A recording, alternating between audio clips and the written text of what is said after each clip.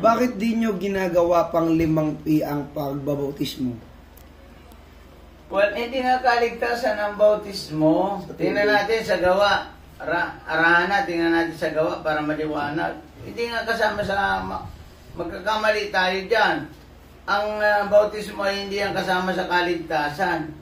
Pag may pananampalataya at binabanggit ang bautismo, yan ay bautismo spiritual. Hindi po yan bautismo sa tubig.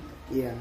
Basa, Gawa chapter 1 verse 4 to 5.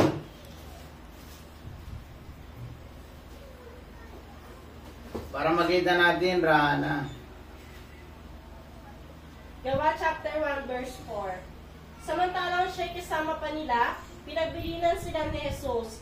Huwag muna kayong aalis sa Jerusalem, sapagkat hintayin ninyo roon ang pinangako ng Ama na sinabi ko na sa inyo.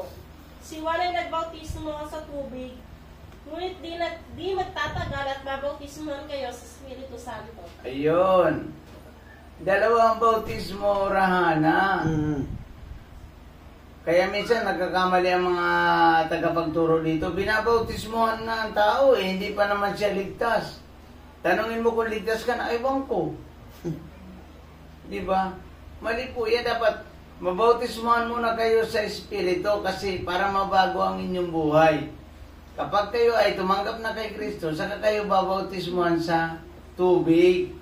Halimbawa, pag binautismohan ka sa tubig, ikaw na ay miyembro dito sa De La Paz Evangelical Church, halimbawa lang. O kung saan man kayong lugar nandoon. And then, ikaw ay ikaw na naligtas na. Ikaw ay handa ka, pinapakita mo lang sa mga tao na ikaw ay tagasunod na ng Panginoon.